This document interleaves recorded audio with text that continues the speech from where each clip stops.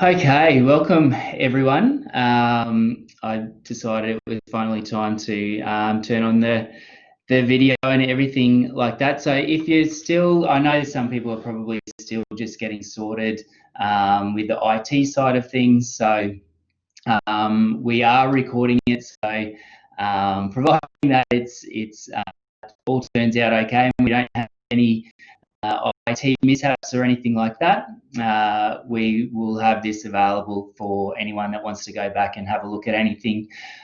For those that have just joined us, I'll point out again that over on the bottom right-hand side of your screen, you'll see a little, I think it's purple icon where you can click on that, and that will open up the chat window. In there, there's a few little icons, but there's a little speech bubble.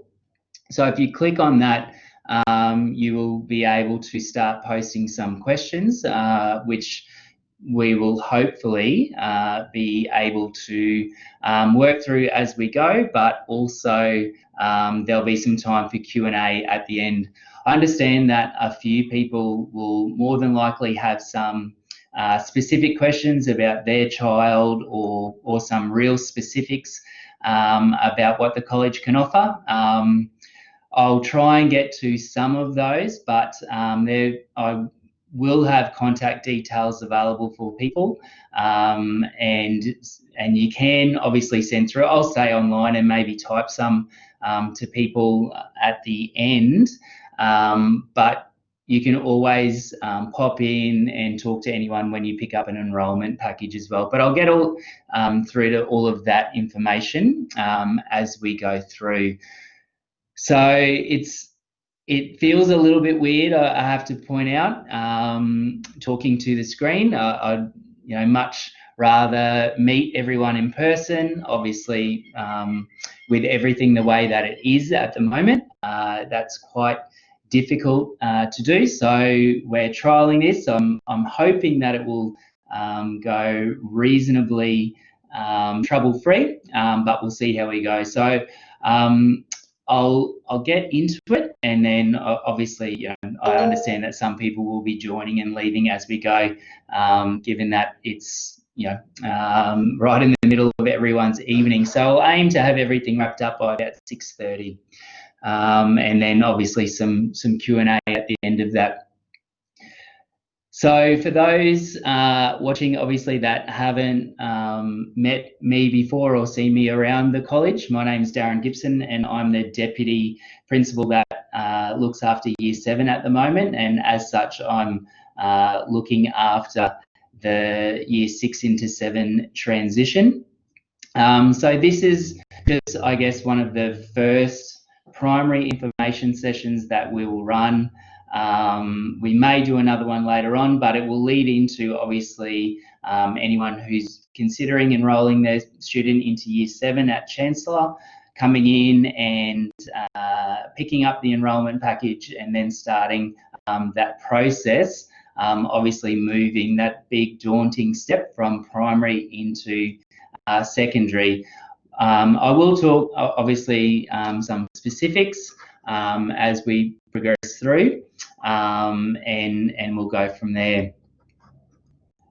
All right, so a little bit about me. I've been at Chancellor for around about 8 years. I've been all over the place, central Queensland, overseas, and I'm super happy to be at Chancellor. I'm obviously a little bit biased, but if you're obviously in here or in this session because you are considering, in my view anyway, one of the best schools in Queensland, and so I really enjoy being at Chancellor. My background is HPE, so I know that some people will have some questions about sport. I can certainly answer that, but I guess one of the beauty of Chancellor is the fact that There are so many opportunities. We live in a wonderful part of the world.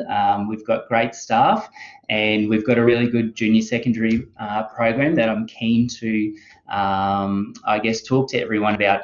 So I'm just going to turn my video off for a little bit, and I'll go through the information. As I said, if you like to type any questions over in the side, by all means, our IT manager will moderate those for me, and I'll get to them as we progress.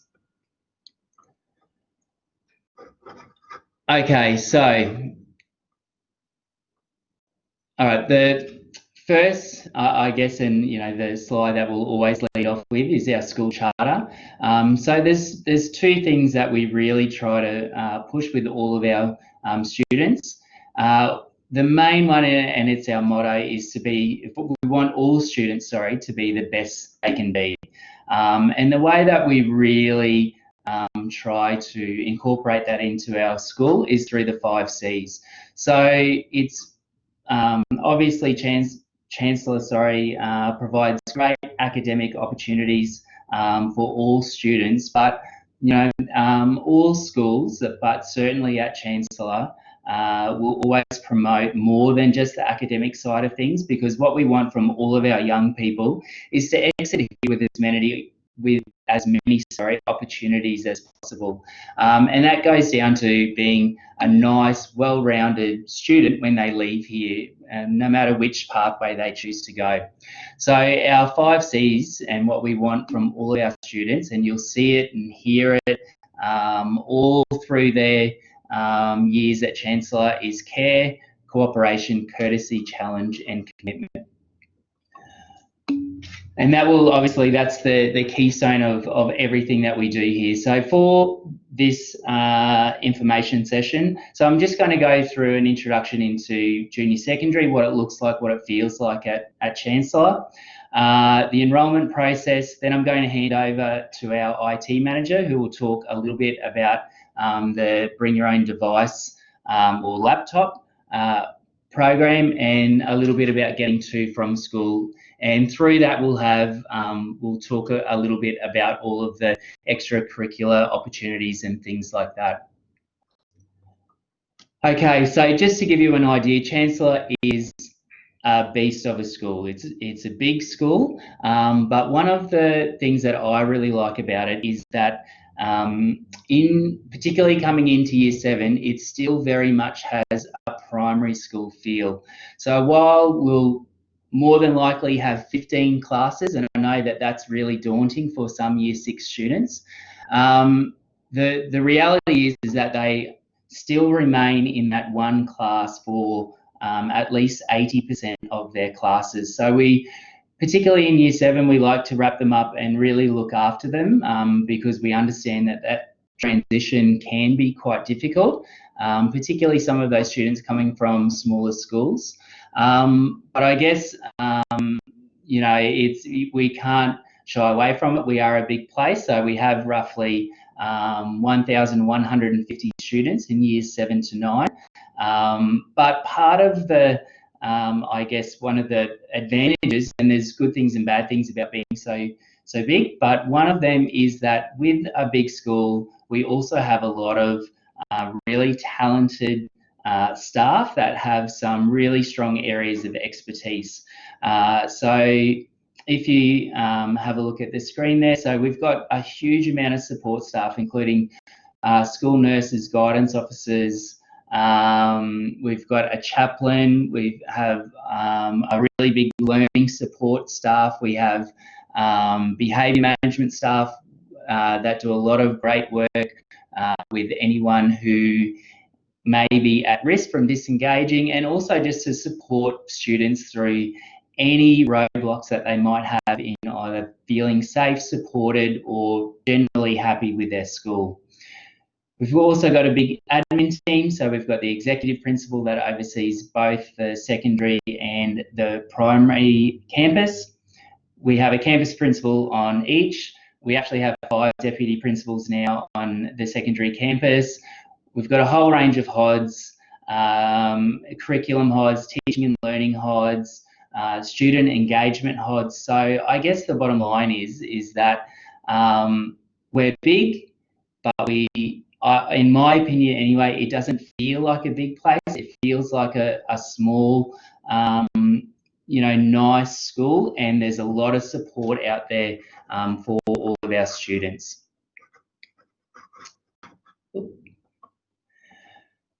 Again, one of the beauties of being big is we've got fantastic facilities. If anyone has walked through, you will notice that even though we're pushing 20 years old, the place still looks really nice. We've got some fantastic classrooms that Year 7 students get really excited about. So all of those specialty classrooms, which they may not have had much experience with in their primary. So we've got the purpose-built middle school or junior secondary school buildings. So Year 7 has its own building where all of the Year 7 classes are, and we try to keep that as a nice little community. We've got kitchens, science labs, workshops, and so all of those things that they may not have had a great deal of experience with, and it's usually the things that the Year 7 students really like to sink their teeth into. When students come across for transition days, that's also the main focus of the experience for our students, is getting them into those classrooms and seeing all of the extra things that high school can provide. There's a little bit there, so the performing arts complexes will be probably bigger than a lot of primary schools, and I'll touch on the music and the performing arts a little bit later, along with all the sports facilities. And the last one there, obviously the one that the students, for whatever reason, get super excited about when they get to high school, the canteen, being able to treat it like a cafe and go in and pick what they want, seems to be one of the things that students get most excited about.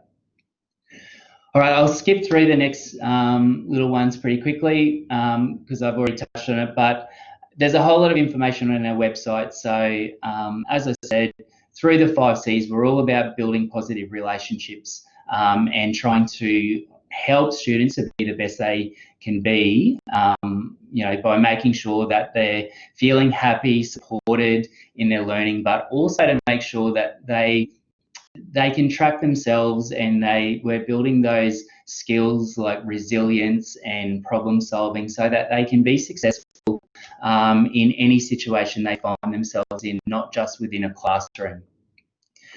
For those people that come through and pick up the enrolment pack, the next little bit there's some documents here that will be in that.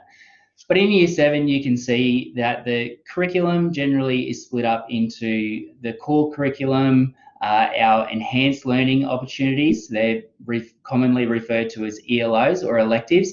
And then we've got enrichment programs. So that's all extracurricular, optional things that students can engage in depending on where their strengths and interests lie. So in terms of, I'll just quickly run through these slides because you can look into all of these programs in as much detail as you want, but across all of the KLAs you can see that there's the core classes, there's the enrichment program, and also all the ELOs. So in Year 7, it's one of the I guess selling points that we have as a school, that in Year 7 students do get to pick some of their own subjects, whereas in a lot of schools they just get, I guess, a spread of all of those core curriculum areas. So at least one subject each semester is something that, if you look at the enhanced learning opportunities, that students can pick for themselves and really sink their teeth into, if it's something that hopefully it will be something that they enjoy. So across, again, to HPE, English and Humanities, and you'll notice that a lot of, particularly with the enrichment program side of things, you'll start to see a lot in there. And that's, again, because we're big, we live on the Sunshine Coast, there's a lot of extracurricular opportunities for students to shine, which leads into the next one. Next slide there, where we have leadership programs that go all the way down into Year 7. So students can become a member of one of our portfolios, and they're wide and varied, from sport through to cultural and other fundraising type activities. And so that's a chance for everyone, from pretty much as soon as they walk through the door, giving our students an opportunity to show some leadership qualities. There's a whole lot of stuff there. I guess the main thing that I need to say is that if it's out there, then Chancellor will probably have a team or a teacher that will be willing to go along and support students to engage in that activity. And so, yeah, we'll always be looking for opportunities for our students to shine and be the best they can be. Now, the ELOs, I've already spoken about it. You will, when you come in to pick up the enrolment pack, it will be a pink form, and this is what I was talking about, where they get to pick one subject per semester, and as they progress through into further year levels, they'll be able to pick more, and I guess they get to tailor their educational journey a little bit more. If we have a look at a sample daily timetable, so we kick off at 8:30 each morning. First bell goes at 8:25. That will be a little bit earlier than some people are used to, but one of the main reasons we do that is we start early, finish at 2:30, because a lot of our students are involved in picking up from primary school. They have the opportunity then to leave here and either get across to our primary campus or to one of our feeder schools to be involved with that. You'll see that, so this one is color coded, and you'll see that generally, or not generally, but they will have 4 English lessons, 4 maths lessons, science, humanities, and a language. Next year that will be Japanese will be the only language on offer for Year 7. My journey, which is like our pastoral care, sport, the arts. So there's a good sprinkling of obviously all of the core subjects, with those 2 lessons a week of their elective subject as well. So daily routine, I'll just leave that. I'll put that up for a little bit. So 4 70-minute lessons with a couple of breaks along the way. So I guess, as I was alluding to before, Year 7, it's not, if you think back to your own high school days where, you had to go from class to class and cart all the books around. Those days aren't with us anymore, particularly for your Year 7. So most of their classes will just be in their one classroom. So a lot of Year 7s will find it pretty daunting coming across to the big scary high school, but it's usually put to ease pretty soon when they realise that they only really need to know their one classroom and the classroom next door to that, and that's, like I said before, roughly 80% of their timetable. Just to reiterate, the key expectations of all of our students will always be around the 5 Cs, and they will get that right from the get-go. And it's what our teachers will model. It's what we want, because at the end of the day, if they follow the 5 Cs, they're likely to be nice, kind human beings that will have every opportunity to be successful. Homework guidelines is always something that all of the students get super excited about, but they will go through that with their class teachers. It is a bit of a transition from Year 6 to 7. It is tough, but obviously we work through that with them, because depending on what type of pathway they choose, the homework or the expectations for them to own their own learning as they become more independent will certainly increase. So as a rough guide, you'll see there that it equates to around about an hour a night, and that's for that includes all subjects. So I'm sure as well that a lot of parents will go through the conversation where they ask their student what they did today. Oh, nothing. Have you got any homework? Absolutely not. And so one of the things that we will always encourage is for students to take ownership of their own learning and to really make sure that they're doing that revision or having an understanding of where their weaknesses are and where they might be able to get a little bit better. All right. Have we got any questions, Mr. Faulkner? Okay, we've got one. Can you advise why no Italian is next year, Japanese only? I can. Actually, I'll just, sorry to everyone, I'll put myself back on.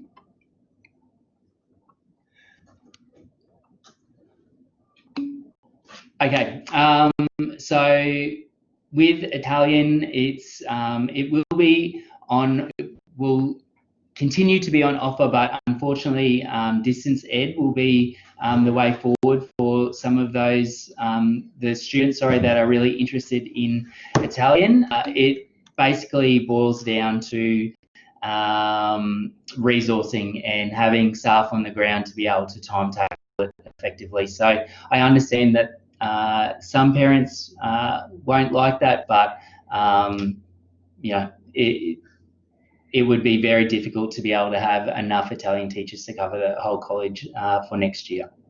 Okay, question from Christine. Will there be opportunities for individual school tours? So not individual school tours. We certainly do tours through the enrolment process. So as soon as the enrolment paperwork is brought in, it's essentially becomes an interview with me. Quite often I'll do that in small groups, and they will start, I think, from off the top of my head, the 12th of August, but that will always conclude with a tour where I can personalise that, because some people want to see very specific parts of the school, like our robot area or things like that. So we kind of tailor that around what people want to see. Okay, next one, form class. Could you explain what form class is and clarify what it is? Yep, so form class is the first 10 minutes. Essentially, it's role marking to get an idea of exactly who's here today, read notices, and I guess sort out some of the managerial side of running a school within the first 10 minutes, so that when they really start that first period, it's all about their learning goals and going through with that. So it's mostly just that information sharing and students coming in and getting settled down. In year 7, that form class will be their core class. Like I said, that's the one group that they'll be to, like primary school, for the year. Okay, question from Shay. I'm not sure if I missed it. Do we come into the school to pick up our enrolment packs? Yep, so enrolment packs are ready to go. The first batch were ready yesterday, and so yeah, I'll get a little bit to the enrolment stuff after the BYOD, because I'll talk through specifics of the pack, the catchment, things like that. It's all on our website, but I'll do that in a little bit because it's part of the presentation. Okay, there's a couple of questions around that, so we'll leave that. And the last one, what sports are there on offer? Sports, there are plenty. So we have 2 excellence programs here. So one in football or soccer, depending on where you're from and what you're comfortable, I guess, with. And the other one is touch football. So they're our 2 main sports. But with sport, if it's available and we can get a team together, or we can get people to the areas, then or if it's an individual competition, then we'll do that. We've got a really strong sporting culture here at the school, so I guess it will depend. Like, we've had people go to mountain bike competitions, rowing, all kinds of things that we don't necessarily offer as a traditional school sport, but will support students to access competitions. All right, and I'll just point out a comment there from Miss Anstey, our secondary principal, that we cannot currently do school tours due to the COVID-19 restrictions. So until those restrictions are relaxed, we won't be able to do those. What I will say to that one, as well, is it's not the same, obviously. However, there is a virtual tour on the international program part of the website. I can play it at the end as well, but you can get a bit of a feel for the place. Certainly the students will be able to get a good feel for the place when they come in on the transition days later in the year as well. All right. Football selections are in August. When do offers get made if outside the catchment? All right. So offers, I'll get to that in a little bit, but offers don't get sent out until November. So for those that are trialling out for football or touch football, there's 2 weeks of trials on the 19th and the 6th of August, and those coaches may give you a green light in terms of, yes, we will accept you, but you won't go into any program because obviously you need to be accepted into the school first. That's a principal decision. You'll hear me say this a lot when I get into this into the next section, but the only way to guarantee a spot at school is to live in catchment. There's a lot of housing going up around us, and obviously we are already a big place. So in terms of exemptions, they will be looked at on merit, and that's a principal decision. But I will say, I'll be honest with everyone that it's reasonably tight, and the only guarantee a spot at the school is to be in catchment. Okay, when do we choose our electives? So the electives get chosen when you return the enrolment pack. So as I said, there's a pink form in there. It's got the electives, and also that's the student resource scheme, so the financial commitment to the school and things like that. Okay, if my child is interested in music, dance or sports, do we enrol with our pack or at the beginning next year? What's that, sorry? The question was, if my child is interested in music, dance or sports, do we enrol with our pack or at the beginning of next year? So all the enrolment, the initial enrolment is done when you return the pack. But obviously if students have wide and varying interests, then they're free to discover those as they see fit. Obviously there might be some clashes with timetabling and things like that we can't avoid, but certainly we'll always encourage students to grab every opportunity that they can, and if they've got wide and varied interests, I guess they just need to remember that they're a student first if they've got really big extracurricular commitments, particularly when they get older. Okay, that's about it. All right, I'm just going to hand over to Mr. Faulkner now, who will talk through BYOD and I guess the IT commitment side of things, and then I'll come back and finish up. Good evening, everyone. My name's Len Faulkner. I'm the IT manager here. And can we turn that off? I've been a Chancellor for 12 years. I classify Chancellor as the biggest country school I've ever worked at, and I've worked at schools with people of 3 people right up to what Chancellor is. So it's certainly a big place, but it's also a very friendly place. Thanks, Darren. You don't need to look at my ugly face. All right. Am I right to go to that next slide? Yep. Okay, so BYO. BYOD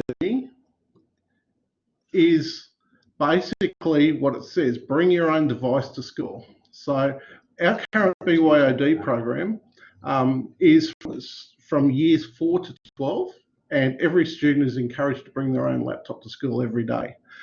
The thing that I find is that the laptops are used in 80% of lessons. Most parents ask me, how often kids actually use a laptop? Well, in secondary, it's 80% of most lessons that the laptop's used in everything from PE, maths, English, science, geography.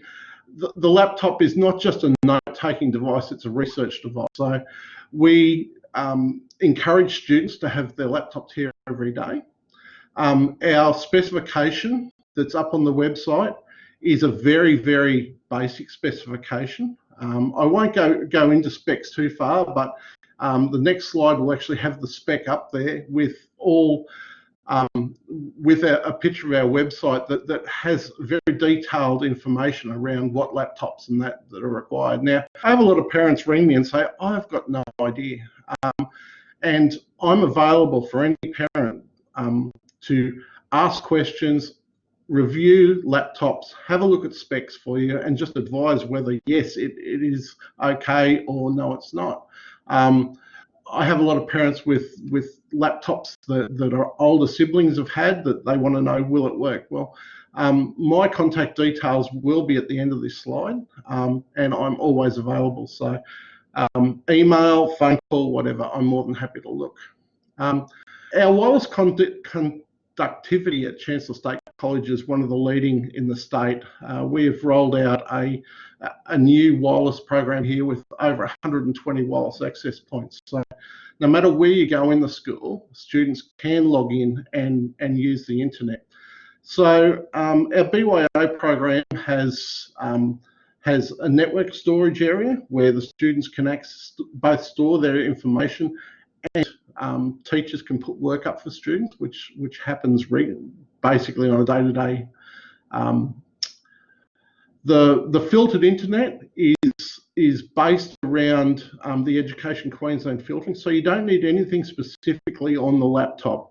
Our filtering is basically some of the most leading filtering, and it's not just our school, it's across the state. So you can basically have your students at school without needing any of the extra firewalls, Norton's family, anything like that.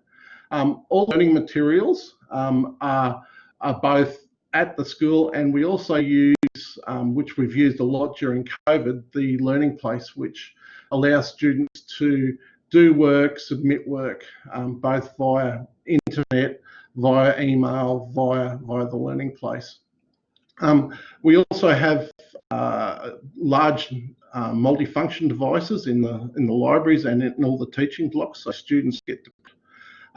We have a very good system where the paper cut printing system that we have on our school network allows kids to actually print and keep track of where they print, and instead of giving the kids $50 or $20 worth of printing for the year, we actually give it to them month by month. So we bleed a few dollars into their account each month, so kids just don't print it all at the end and then have no printing left. Parents' requirements around a laptop is just to fit within that specification. We put that specification up so that you're not going to have issues. People say to me, I can get a machine $10 cheaper with a smaller hard drive. The problem is we supply a whole heap of software to the students free of charge. Things like Microsoft Office, video editing suites, things like that. We put that all into account. So when the student comes to school, by the time we put all the software on, they still need room to be able to save and work on things. So the specification that we've put up there, previous experience tells me that a figure of around $400 buys you a laptop that fits our specification under the Windows environment. The Apple environment, I'm a big Apple person, so I can't tell you prices, specifications, things like that. I have another guy that works for me that's our Apple specialist. However, I guess my main point is you don't need a $3,000 laptop to come to school. When you buy a laptop, you don't have to go and spend a whole heap of money on software, virus scanners. The Microsoft virus definitions that come with Windows 10, that's all we require, so that's no charge. Windows Office is downloadable, so there's no cost to the parents for that. And for the first time this year, there's actually going to be no cost for BYO. So in past years, it's been $50 or $60 to connect to our network. This next year, there'll be no cost for that. So basically, the students just need to bring the laptop in, and we will provide assistance to get them onto our BYO network. Once that, there's nothing further you need to do. I'll just pop to the next slide. That's a screenshot of our website, and it's under extracurricular and computers and the internet. When you go in there, you'll see all the information you'll require to purchase a laptop. One of the questions that I get asked regularly is, what happens if my son or daughter turns up to school without a charged laptop, or it's away getting fixed under warranty? We do have an equity fleet on site, so that for the day, if your student doesn't have a laptop, you can come up to the IT department, use their card that they use for borrowing books, and basically borrow a laptop for the day. At the end of the day, it must be returned. It can't go home. But for the students that are having issues or anything, we do have an equity fleet. Now, my email address is at the bottom of that slide, and please email me. Do not hesitate to ask. I don't know what I'm doing. I don't know what laptop to get. What software should I buy? I really feel for parents that come to me at the start of the year and they say, I bought this laptop and I bought all this software, and realistically, all you need to do is buy a laptop with Windows 10 on it, and away you go. We help you out with everything else. The free download is off our website for Microsoft Office. And at the end of the day, it's all about the kids having something in class. Now, one thing I will reiterate is that no charges are to be brought to school. There's multiple issues there around workplace health and safety with trip hazards and not being tested and tagged, and basically one kid steals another kid's charger. It's just something over my last 6 or 7 years that we've run laptop programs in school that don't work. So please don't send the students to school with a charger. That's my contact details. Email is fine. Is probably the easiest way. If you find something that you like and you think, wonder what works, go in the shop, take a photo of it, email it to me, and say, hey Len, what do you think? Will this be good for my students or not? Okay, that's all. That's about it for me. I'll go back to the keyboard. Thanks very much. There were no questions. No questions. Must have explained yourself much better than me. All right. I'll quickly run through everything else. I think we've covered a lot of it, so I'll try and get as quickly as possible so that people can get on with their evening. So use of mobile phones, we'll go through this at enrolment a little bit further, but I guess it'll be watch this space. Obviously, a lot of people will be aware of the change of rules in Victoria. It may come to Queensland, but essentially we just ask that because we understand that students may have a mobile phone at school as a safety mechanism as discussed within the family unit, but it just needs to be switched off during classes, and they certainly we don't want anyone on social media taking photos, filming, anything like that. So we just ask that where possible they keep them away, and if they do bring them into school, that they only use them responsibly for effective communication with home. Just on communication, we have 2 off, so and they're straight across the way from each other, but one is where our first aid room is, which would be also where students sign in and out of. There's a parent, so that main picture there that says the reception and admin, that's where you can pick up the enrolment packs and obviously bring them back as well. And then the students have a separate door altogether. All right, uniform. My advice for uniform would be to go to the website and have a look at the flyer that's there. For Year 7, there's 2 uniforms, a formal and a sports uniform, just like most of the schools on the coast. So you'll see the button-up teal shirt for formal and the polo with the sports uniform. Sports uniform is worn on any day that they have HPE. So for Year 7, that will always be a Wednesday because they have sport on Wednesday.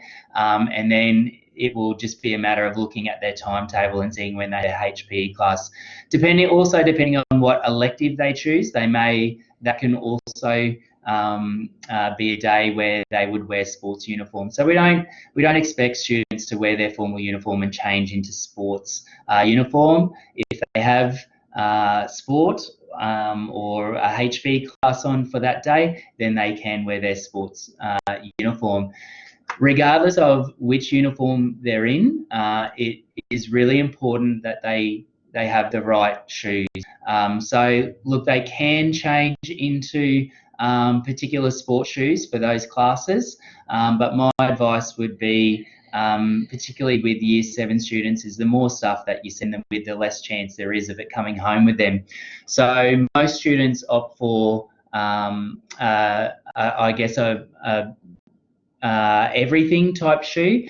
So the main thing is that it needs to have a non-pervious upper. So that means no canvas shoes or jogger type shoes. They are going to be in workshops, science labs, kitchens. So it's really important that we meet our workplace health and safety requirements there. It's also important, particularly in Year 7, that they have the college bucket hat, because they won't be able to go out and run around at lunchtime without that. And it does need to be the college bucket hat. I'll just emphasize that. The uniform shop, I'm sorry, that's one of the slides I haven't updated with the new website. However, it's in the facilities tab. You can see the opening hours. For students going into Year 7, I would understand that most people would leave that as late as possible because a lot of people will be going through growth spurts between now and then. So it is open till school resumes in January. In terms of transport options, actually, do we have any questions about the uniform before I go on? Nothing so far. Okay, good. Transport options, so students can walk, get dropped off, travel by bus or any variation of bicycle, scooter, skateboard. What I will say for those that haven't driven around the place at pickup and drop-off times, it's probably worth while experiencing, so you can work out a bit of a plan around that, because the traffic, isn't great, as you can imagine, with 2,500 people trying to get to and from, a fairly, I guess, in terms of access, limited way in and out as well. So if they are riding or skateboarding or anything like that, important to obviously wear it and lock that up in the designated spot. In terms of buses, so you won't get a wealth of information from the office around buses, so you will need to go to the bus link website, which I've included in the slides here as well. You can see there that if you go to that to their website, and there's a nice little search category that you can put in Chancellor State College. You can see the route, you can see the timetable, and obviously and all of the information about bus passes and the travel assistance scheme and things like that. There is a link to that on our website as well. But it's just important that we don't that we don't organise that through the office. It's organised through BusLink. Okay, so what now? So I've already spoken about the enrolment packs. We ask that they come back by the end of this term, so that's the 18th of September. You'll see there that you need a whole bunch when you bring back, or when you pick up, the enrolment pack. and you'll see all the requirements in there. So we need to make sure, obviously, that the student resides in catchment. You need to provide copies that prove the residency. Say, and I'm not going to go through all of that. You can see that if you come in and talks about very, very helpful office staff. I guess I just wanted to highlight that we, just to start building classes and things like that for next term. For 400 students, it is a bit of a task. So we ask that they come back as early as possible. In terms of exemption, I know that Miss Anstey has already put up a little bit around that. So again, on the enrolment tab at the top, under the catchment area, there's all the requirements there. So there's just a little bit of information there around the exemption side of things, but I would suggest go to the website, check it out, and just work through the process there. Again, those applications close on the 18th of September. So for those people trialling for the excellence programs, look, they will give you an idea of whether the trial was good, and but then you've still got to go through the enrolment process, because those coaches aren't the ones that make the final decision for the student to get through on exemption. As you can see, it goes on a whole range of other things, including report cards, NAP plan, attendance, things like that. All right, so catchment area. This is a really important part of the website if you haven't gone there already.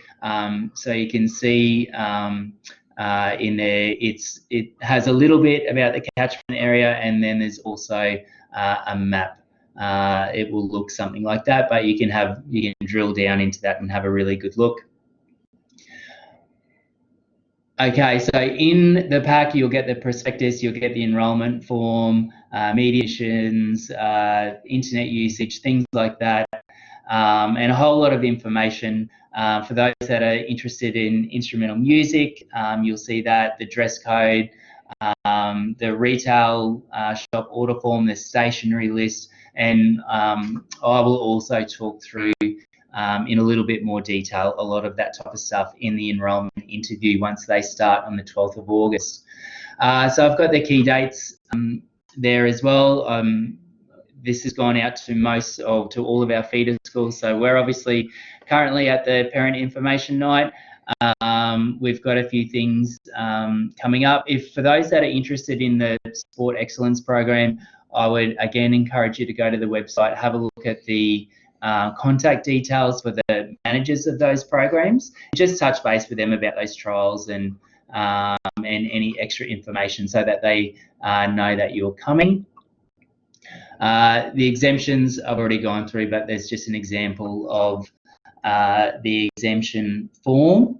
But again, everything's on the website. Go there, and like I said, if you have any questions at all about the entire process, the people at the front of the office staff, that deal with this each and every day are excellent, and they're more than happy to help you with whatever questions that you've got.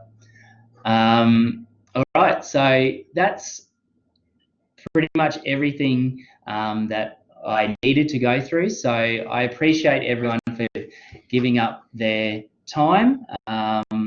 Obviously, it's right in around dinner time and things like that. So I just really wanted to thank everyone for coming in, checking it out. I appreciate that it's difficult. Obviously, some people would prefer to come in and speak in person, but with the way that everything is at the moment, this is the best way that we can get out information. So I'll hang around for a little bit. It doesn't look like there's too many questions, but I'll just hang about. Thanks very much. And like I said, if you've got any questions, feel free to hang about, type some in, or just pop in and say hello. All right, thanks very much. Thanks, everyone.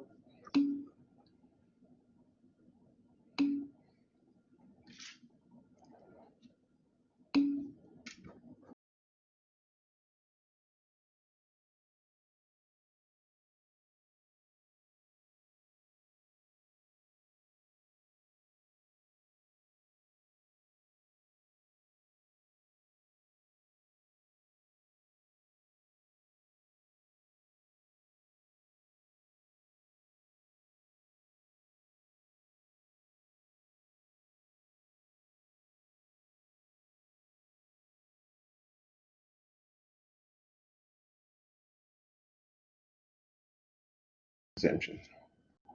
Okay, thanks, Sarah. I just saw the question there. Football exemption, it really depends on the year and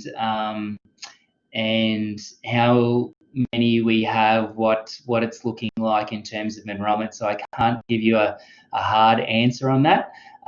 So it really does depend on particular circumstances. So yeah, I would probably talk to the coaches about that as to whether it will be a good fit. But I'm happy for you to send me an email as well along the way. Yeah, but I'm sorry I can't really give you a really definitive answer on that.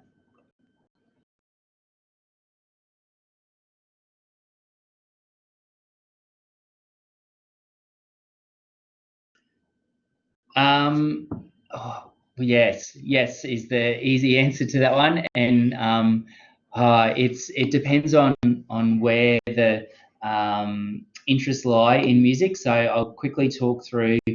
So there is a difference. So there's instrumental music, and that is an extracurricular activity, and it's not happening this year, but we enter fanfare competitions and things like that.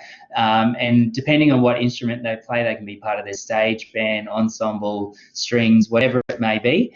But through to, we also have a lot of students who are just passionate about music in general, and it starts in year 7 and can go all the way through to senior.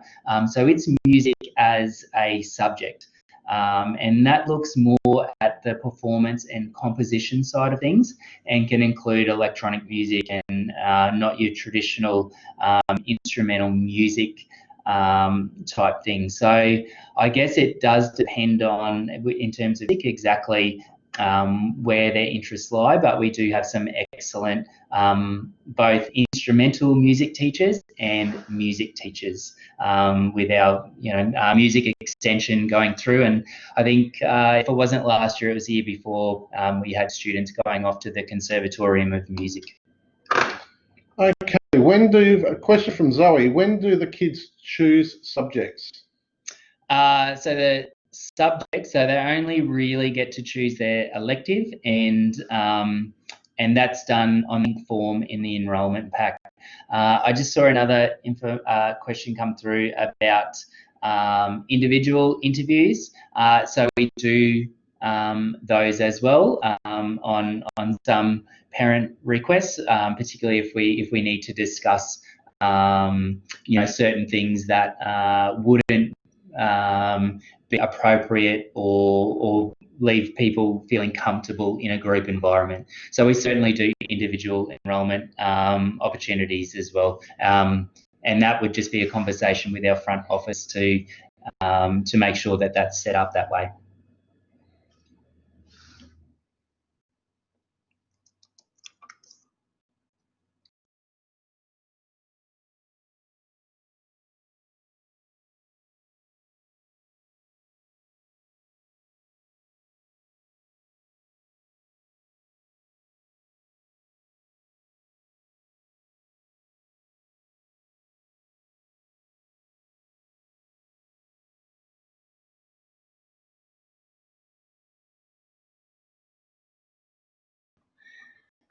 I can just see that some people are raising their hand. Unfortunately, we haven't turned on the audio, so if I could just ask people to type in any of their questions, that would be great.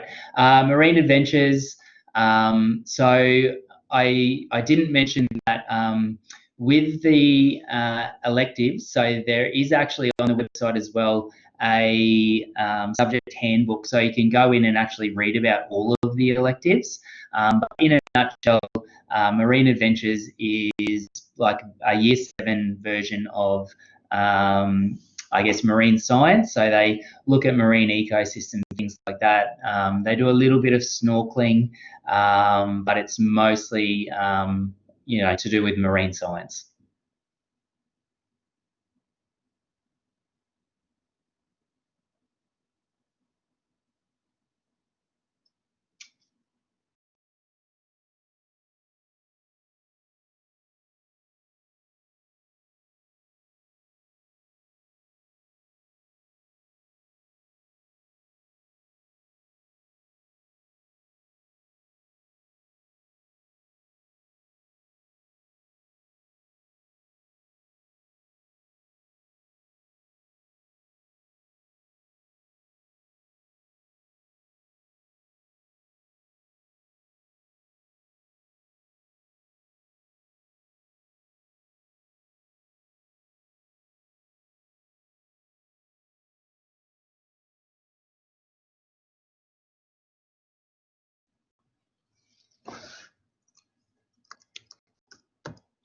Okay, so it looks as though, oh yes, sorry, one last question. Yes, they do pick different electives for each semester. So they do 2 different electives, one in semester 1, one in semester 2, unless they are in one of the excellence programs, and then they would usually be in that for the year.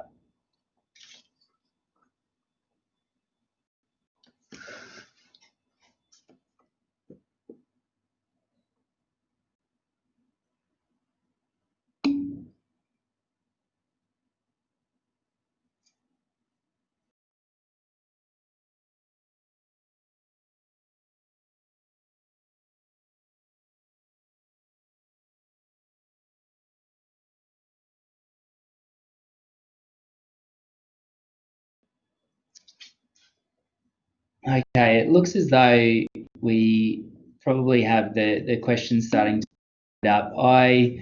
I'll stay online for a little bit just for anyone that wants to type a question. I think that you can also, if you've got any particular questions, I think you can send through a private chat to the moderator. So I'll stay around for a little bit longer, but again, thanks everyone for taking the time. I really appreciate it. And anything that, like I said, really stands out, just contact the office and we'll make sure that we can get that information to you. So thanks very much. And yeah, I'll stay around for a little bit, but I'll probably just turn off the video and the audio for now. So I look forward to seeing everyone in the near future. Thanks.